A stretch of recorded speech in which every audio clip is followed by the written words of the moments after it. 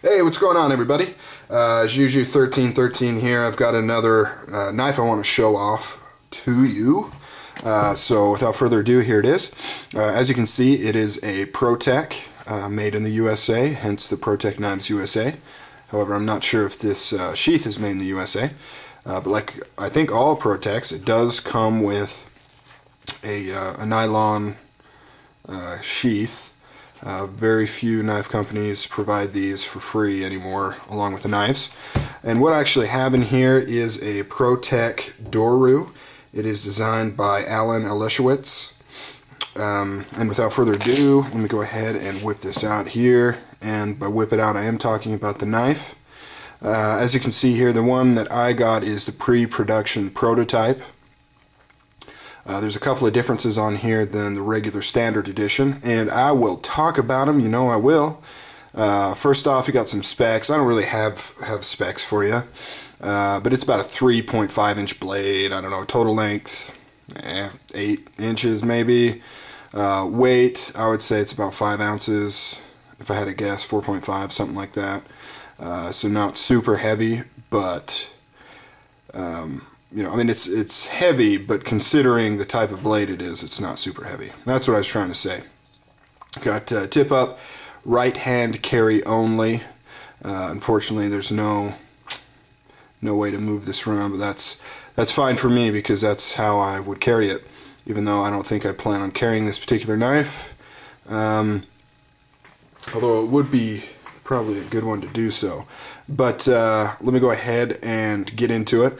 First thing you'll notice is the classic T6 aluminum scales, very common on automatics, especially Protechs. They use that a lot. You've got, well, let me go over the differences here between this and the standard version. First, you have a G10 inlaid action button here. You know, the regular production is just your standard steel button. Oh, by the way, while I'm here, this pivot screw, that's not a proprietary screw.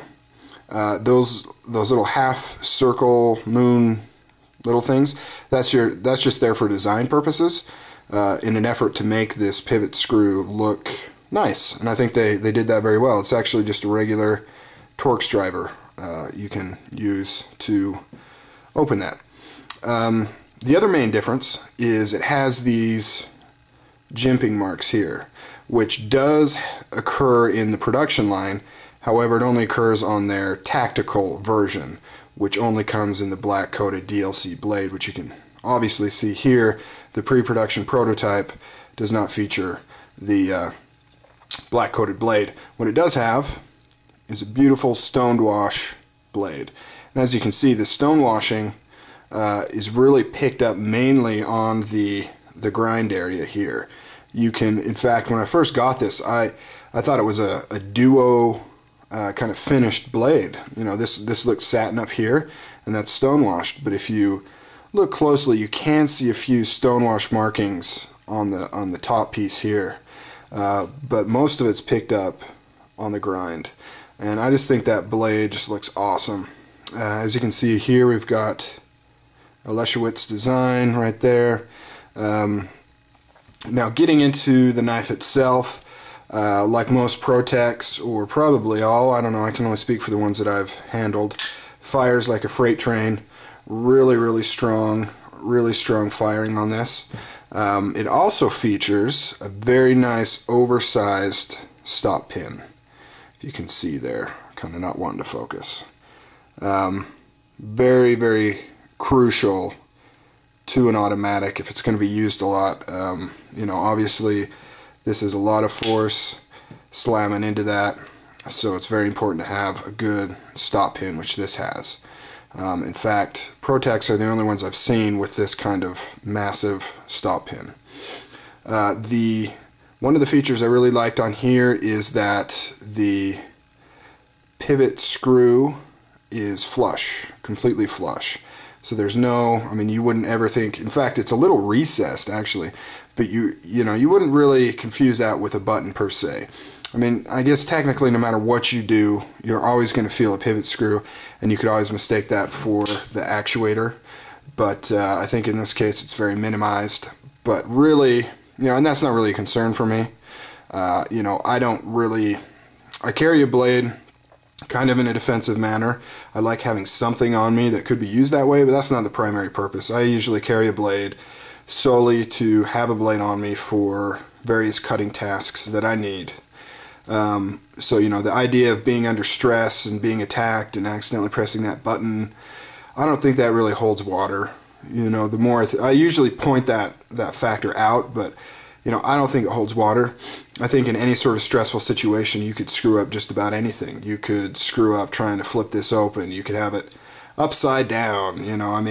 Any number of things could happen in a high stress situation that would prevent you from properly opening your knife. So, the fact that some people stress over and over about mixing up the button with the pivot screw, I just think it's a non-point. It could happen in any sort of folding knife. Anything that needs any sort of movement to actuate it, whether it's flipping a stud or a spider hole or a flipper on the back, it could all be messed up in the heat of the battle. So none of it really matters to me. I don't care. Like I said, fires really hard, blade play non-existent, extremely tight, extremely well-made blade, as Protechs are known for. I've never heard a bad complaint about a Protech in terms of fit and finish and function and things like that. One thing that is interesting about this knife that I noticed is the way it's designed to be held feels a little funky at first. It rides really high in the palm, whereas normally you'd expect to kind of wrap around like about here, have a little bit hanging out for this size of a knife and just have the blade. It doesn't fit that way. It actually goes in like this, so it just barely hangs out. And at first I was a little off-putting. I didn't really like that. And then if you're actually going to choke up on the blade, it's even more so. It's kind of like this. And at first I didn't like that because I'm not used to holding a knife that way. It didn't feel right. But the more I started to play with it, the more I realized that it's a very ingenious design, because for a relatively small, total folded length, you get a good amount of reach on this knife. Just looking at that portion of it, it would look like a very large knife, but it's really not. And I think it gives you enough grip that this is not coming out of your hands. And if you notice here, you've got this jimping on the back, and that's not just for looks. The way that wedges into your palm right there, it's gripped with your skin on both sides, just grabbing onto that jimping. So as far as forward thrusting, rather than emphasizing your hands moving up this way, he's actually created a wedge with grip that goes into your palm, so that the downward force being put onto it is not going to want to slide through. It's going to want to stay exactly where it is. So I thought that was really nice. And then of course you've got some heavy jimping right here for when you choke up on it. Of course this functions the same, but you're going to come back like this a little bit more for kind of some more controlled cutting, as opposed to just gripping and wildly swinging. And the jimping is actually very, very effective, very toothy, as you'll see right there. So it's got very, very, very good grip. So the fact that this is all smooth aluminum doesn't really matter, because the way it's designed, it is going to function perfectly well for you. So definitely a highly regarded knife in my collection. I really, really like it. I would recommend anybody that can to go ahead and pick it up, even if you're not supposed to, if you know what I mean. Very cool knife, very good automatic. This is, I'm glad I was able to pick up this pre-production prototype. I actually got this for less money than, I've had this in my sights for a long time, and I kind of, I save various locations online that has it for sale. And I actually found this pre-production prototype for a little bit less money than the one I was planning on getting, which was just the regular production knife. So I'm pretty excited about that. I'm not, I don't know, I guess I am kind of big in the collector aspect of it, if I can. However, I'm not going to fork over a ton of extra cash just because it says pre-production or it has a little G10 in there. But if I can pick one of those up for about the same price, maybe a little bit more, depending on the price point, then I'm going to do it. Because it just makes it cooler to own.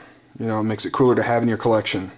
Years from now, you can show people your pre-production prototype, and you know, makes you feel good to be able to pick up something like that. So that's that. The Protech Doru Allen Elishewitz designed knife. Go check it out. It's an awesome blade. Catch you guys later.